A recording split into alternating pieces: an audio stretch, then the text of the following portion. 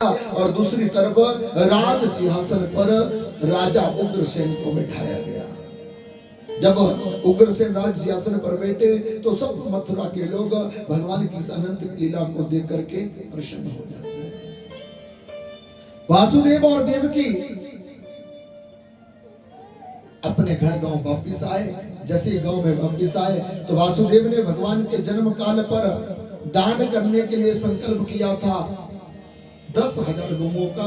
आज उस संकल्प को पूरा करने के लिए गर्गाचार्य पुरोहित के पास चले जाते हैं। जब गर्ग पुरोहित के पास गए तो भगवान जी का मुंडन किया गया, यज्ञोपवीत संस्कार किया गया।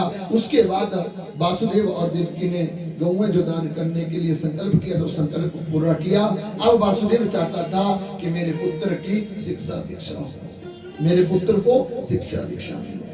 गर्गाचार्य से प्रार्थना करिए, मेरे पुत्र को पढ़ाओ, मेरे पुत्र को पढ़ाओ। लेकिन गर्गाचार्य जी इनकार कर बैठे। बोले महाराज, तुम्हारे पुत्र को सुयोग्य शिक्षा देने के लिए मैं लायक नहीं हूं, इसलिए मैं चाहता हूं कि तुम इन दोनों बालकों को जनकपुरी की, मिथिलापुरी की नगरी में स्थित रहने वाले सांदीपनि मुनि जी के आश्रम में भेज दो और वहीं जाकर के ये शिक्षा ग्रहण करेंगे।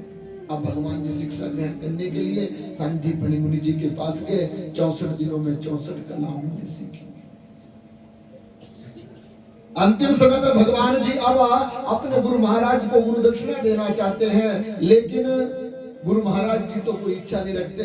गुरु ने कहा तुम अपनी माता से जाकर के अगर उनकी कोई इच्छा है तो पूछ लो। भगवान जब गए तो अपने पुत्र की याद आते हुए गुरु माता रोने लगी। भगवान ने कहा गुरु माता तुम क्यों रो रही हो? बोले जिसके लिए मुझे जीवन जीना था, इकट्ठा करना था, वो बालक तो खत्म हो गया। अब मैं किसके लिए क्या मांगू? ऐसा ही कहा तो भगवान जी ने कहा माता तुम ऐसा मत रो, और हम भी तो तुम्हारे पुत्र की तरह है, हम भी तो तुम्हारे बालक की तरह है। बोले बालक की तरह है लेकिन बालक तो नहीं हो। बहुत शिष्य आते हैं और आकर के चले जाते हैं। हमारे पास बुढ़ापे का कोई भी सहारा नहीं, हमारे पास बुढ़ापे का कोई भी आसरा नहीं है। जैसे ये कहा तो भगवान जी ने कहा बोले माँ तुम क्या चाहती हो? बोले मैं चाहती हूँ कि मेरा आसरा फिर से बन जाए। तो भगवान जी ने मन ही मन में फिर पूछा, बोले मैया क्या तुम अपने पुत्र को जीवित पाना चाहती हो? जैसे ये कहा बोले गुरु माता कहती है ऐसा कोई आज तक पैदा नहीं हुआ जो मरे हुए को पुनः जीवित कर दे। भगवान ने कहा माता आप मांगो तो सही, जो आप मांगेंगी वो हम पूर्ण करेंगे। बोले अगर देना ही चाहते हो ना, देना ही चाहते हो तो मेरे पुत्र को वापस ला करके मुझे प्रदान करो। अब जैसे ये कहा कि पुत्र को वापस ला करके प्रदान करो तो भगवान जी अब माता से पूछते तुम्हारे पुत्र को क्या हुआ? तो बोले सागर के किनारे खेल रहा था, लगता है सागर की लपटों के बीच में आकर के डूब के मर गया होगा। भगवान सागर के किनारे गए और सागर के किनारे जब गए तो सागर के किनारे जाकर के सागर को पूछा महाराज यहाँ गुरु माता का पुत्र तो नहीं आया और तूने उसे मार तो नहीं दिया? सागर ने कहा महाराज मैंने तो नहीं मारा, लेकिन मेरे पेट के अंदर शंखासुर नामक एक राक्षस रहता है, शायद उसने उसका भक्षण किया। अब भगवान जी उस राक्षस के डेरे पर पहुंचे, शंखासुर राक्षस को मारा और उसके अंदर उस बालक की हड्डियों को प्राप्त किया। भगवान जी ने उस राक्षस का दहन करते हुए 5 जन्या शंख की अनुभूति जो उस राक्षस के शरीर से बना हुआ था उसे ग्रहण किया और अब सीधे यमलोक चले जाते हैं। यमलोक में जाकर जैसे ही भगवान पहुंचे तो जितने भी पापी थे, पुण्य के अधिकारी थे, सबको वैकुंठ मिल जाता। जब यमलोक खत्म हुआ तो भगवान जी ने शंख ध्वनि करी और जैसे ही शंख ध्वनि करी तो पूरा यमलोक हिलने लग जाता है। अब जब यमलोक हिला तो सुखदेव कहते राजन यमराज का जब सिंहासन हिलने लगा तो बाहर आया, क्या पाया? बोले नारायण जो सबके यम हैं वो पहुंचे हैं। यमराज ने कहा प्रभु आप मुझे याद कर लेते मैं आ जाता। बोले जरूरत नहीं, हम आए हैं जिस कार्य के लिए वो कार्य पूर्ण करो। कौन सा कार्य? बोले गुरु माता का पुत्र तुम्हारे यहाँ पर आया है उसे वापिस करो। तो यम ने कहा महाराज जीवित शरीर को लेकर के तो कोई इस यमपुरी में आ नहीं सकता, और यमपुरी में आत्मा ही उस शरीर की पहुंचती है। अगर तुम आत्मा चाहते हो तो मैं वापिस कर सकता हूं। अब जैसे कहा तो भगवान ने कहा तुम आत्मा ही वापिस कर दो। भगवान जी के हाथों में उस बालक की आत्मा दी। भगवान जी ने पुनः इस धरती पर आने से पहले पहले उस बालक के पंच तत्व शरीर का निर्माण करते हुए उस शरीर के अंदर उस आत्मा को प्रवेश कराया और बालक को लेकर के वापिस अपनी गुरु माता के पास आते हैं। उनका बालक मरा हुआ जो था वो जीवित अपनी गुरु माता के पास देकर के गुरु दक्षिणा को पूर्ण किया। अब जाने की आज्ञा चाहिए। जैसे ही माता ने जाने की आज्ञा चाहिए तो माता उन दोनों पुत्रों को देख करके बड़ी खुशहाल होकर के गुरु चरणों में रह करके बार बार नमन करते हुए भगवान जी रथ पर बैठे और वापिस मथुरा आ जाते हैं। जैसे ही मथुरा में आए तो मथुरा में आकर के कंस का जो ससुर था उसका नाम था जरासंध। अपने ज्वाई राजा की मृत्यु के बाद उस तारावार युद्ध किया और भगवान ने तारावार युद्ध से हराया। 18वीं बार जब युद्ध करने के लिए आया तो काल यवन नामक एक राक्षस को साथ लेकर के आता। भगवान जी ने मुचुकुंद नामक राजा का भाना लेकर के उस काल यवन का युद्ध कराया और अंत में जरासंध ने भगवान को मारने के लिए लकड़ियों का एक ढेर चिट्ठा लगा करके पर्वत में आग लगाने की कोशिश की। प्रवर्षण पर्वत पर भगवान जी पहुंचे और दोनों ही समस्त अपने माता पिता परिवार को द्वारिका भेज चुके थे और भगवान जी छलांग मार करके द्वारिका पहुंचे और द्वारिका में जाकर के राजगद्दी को संभाला। नाम पड़ गया द्वारिकाधीश भगवान। बोले द्वारिकाधीश भगवान की। अब द्वारिका में जब पहुंचे तो समय की बढ़ोतरी और समय पूर्ण हो चुका है। क्षमा चाहूंगा सब लोगों से, हमारे अपने ही सब लोग हैं। आज समय इस विदाई के उत्सव पर इतना ज्यादा नहीं कि इस कथा को पूर्ण कह सकूं, लेकिन फिर भी भगवान जी की सारांश मात्र जो कथा मैं कहूंगा। और भगवान जी ने सबसे पहले द्वारिका में जाकर के रुक्मिणी से विवाह किया, जावंती से विवाह किया और जावंती के बाद भगवान जी सत्यभामा से विवाह करते हैं। भगवान जी की 8 पटरानियां 16,100 रानियां हुई और भगवान जी 16,108 रानियों के राजा कहलाए। जब द्वारिकापुरी की ये सब कथा सुनाई तो अब सुखदेव कहते हैं राजन क्या सुनने की इच्छा करते हो? बोले महाराज भगवान जी के परिवार संबंध सब कथा मैंने सुन ली है, जिसके अंदर मित्र सुदामा का भी चरित्र आया है। भगवान जी कहते हैं जो भगवान जी के साथ मैत्री करते हैं ना, भगवान उसे खूब निभाते हैं।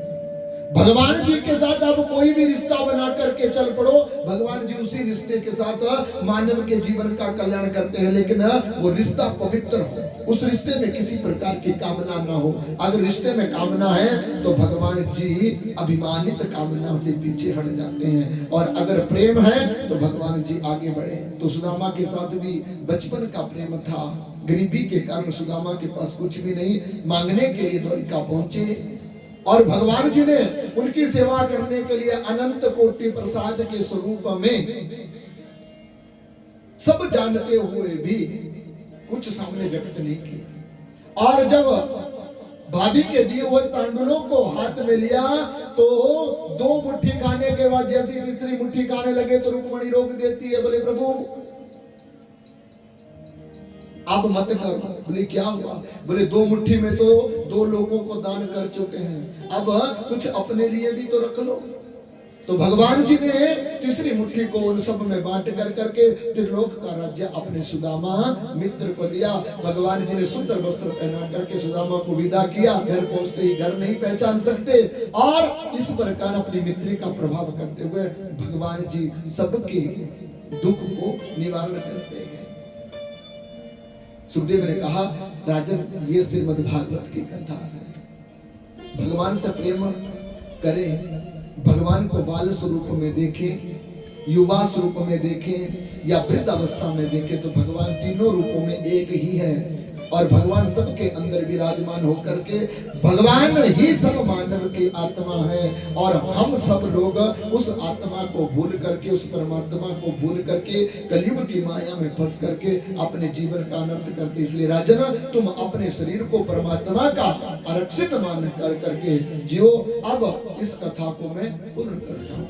सुखदेव जी ने अपनी पोथी बांधी और राजा परीक्षित ने भी कोई कमी नहीं कही। स्वर्ण के सिंहासन पर बिठाए हुए सुखदेव जी को स्वर्ण दक्षिणा, भूयसी दक्षिणा, गौदान कर करके भागवत को पूर्ण रूप से प्राप्त किया। और सुखदेव पुष्पांजलि देख करके अपनी बगल में श्रीमद् भागवत की कथा की पोथी को दबाया और उत्तर दिशा की तरफ चलने लगे। जैसे ही विदाई का समय आया तो विदाई के समय में राजा परीक्षित की आंखों से आ गया, क्योंकि विदाई एक ऐसा समय है, उस विदाई के समय में 2 मिनट भी अगर आप किसी प्रेम से मिले हो ना और विदा होने का समय आ जाए तो वो प्रेम एकदम दुख में बदल जाता है। प्रेम एकदम दुख में बदल जाता है। दुख के आंसू आने लगे। रे सुखदेव ने कहा, राजन जाते हुए नहीं रोना चाहिए। क्यों? बोले हम आगे मिलेंगे, रिश्ता खत्म हो जाता है। रोना नहीं चाहिए, रिश्ता खत्म हो जाता है। इसलिए रिश्ते को बनाए रखने के लिए तुम अपनी मृत्यु का ध्यान करते हुए भगवान का ध्यान करो, तक्षक तुम्हारा कुछ नहीं कर सकेगा। ऐसा कह करके सुखदेव जी वचन देते हैं, मैं मरने के बाद, इस शरीर को छोड़ने के बाद स्वर्ग लोक में वैकुंठ में तुम्हारे साथ मिलूंगा। और ये कह करके सुखदेव अपने धाम को चले गए। राजा परीक्षित गंगा में स्नान किए और गंगा में स्नान करने के बाद उस आसन पर बैठे सुखदेव के द्वारा भागवत में जिस प्रकार 6 चक्रों की भिन्नता कर करके अपने पांवों की एड़ी को नाभि पर दबाया और नाभि पर दबाने के बाद अपनी आत्मा को शरीर से अलग करते हुए पहले ही वैकुंठ धाम चले जाते हैं। तक्षक के आने का जब समय हुआ तो तक्षक आया। रास्ते में कश्यप नाम का एक ब्राह्मण मिला, लेकिन ब्राह्मण को देख करके तक्षक ने पूछा, तुम कहाँ जाते? बोले महाराज, राजा परीक्षित को सांप दंश लगाएगा और मैं उस विष का हरण करूंगा। प्रतीक्षा प्रेक्षण जब किया तो कश्यप सच में ही विष हरण का मंत्र जानता था। इसलिए कश्यप को तक्षक ने लालच दिया, वापस कर दिया। आकर के आए और राजा परीक्षित की नगरी में जैसे पहुंचे तो गंगा के तट पर बैठे हुए राजा परीक्षित को तक्षक ने डंक मारा और डंक मारते ही तक्षक का शरीर राख का ढेर बन जाता है। बोले भागवत भगवान की। जब भागवत का ढेर बना, वो राख का ढेर बना राजा परीक्षित का ये शरीर, तो अब जन्मेजय ने अपने पिता की मृत्यु को सुन करके उनका अंतिम संस्कार कराया और अंतिम संस्कार करने के बाद सर्पों को मारने के लिए एक यज्ञ रचाया। और जब यज्ञ रचाया तो वेदव्यास जी के द्वारा उस यज्ञ को बंद करने के लिए बहुत बार जन्मेजय को समझाया, लेकिन नहीं समझे। और जब नहीं समझे तो अस्तिक नामक सांपों की बहन का एक पुत्र था, वो आकर के वरदान के स्वरूप में सर्पों के यज्ञ बंद करने की प्रार्थना करता है। जन्मेजय ने यज्ञ बंद किया और जब यज्ञ बंद किया तो सर्प जो यज्ञ के बीच में चले गए थे उनका पूर्ण संस्कार करने के लिए और जीवित सर्पों को बचाने के लिए आस्तिक का पूर्ण हाथ रहा। और उसके बाद जन्मेजय अपने राज्य में वापिस आए, राजगद्दी को संभाला और हस्तिनापुर का राज्य फिर से खुशहाल होकर के चलने लगा। तो सूची कहते सोनकादि ऋषियों, इस प्रकार सुखदेव ने राजा परीक्षित को यह कथा सुनाई और जो मानव इस कथा को सुनता है वो वैकुंठ धाम की प्राप्ति करता है, और जो मानव इस कथा से विच्छिन्न होकर के इससे दूर भागता है उसके पापों की वृद्धि होकर के अंतिम उसे नरक में जाना पड़ता है। तो ये श्रीमद् भागवती की कथा जिस भी मानव के कानों में पड़ जाती है, जिस भी मानव के जीवन में आती है, उद्धार करती है। और जो मानव इस कथा को अपने कानों से, आंखों से, मुख से गा करके, सुन कर करके, देख कर करके भी इसका भजन नहीं करता, वो मानव इस जीवन में आकर के निरर्थक है। तुलसीदास जी ने बड़ा सुंदर शब्दों में कहा है, क्या? जिन हरि कथा सुनी नहीं गाना, जिन हरि कथा वो कानन है रंध्र समाना, वो कानन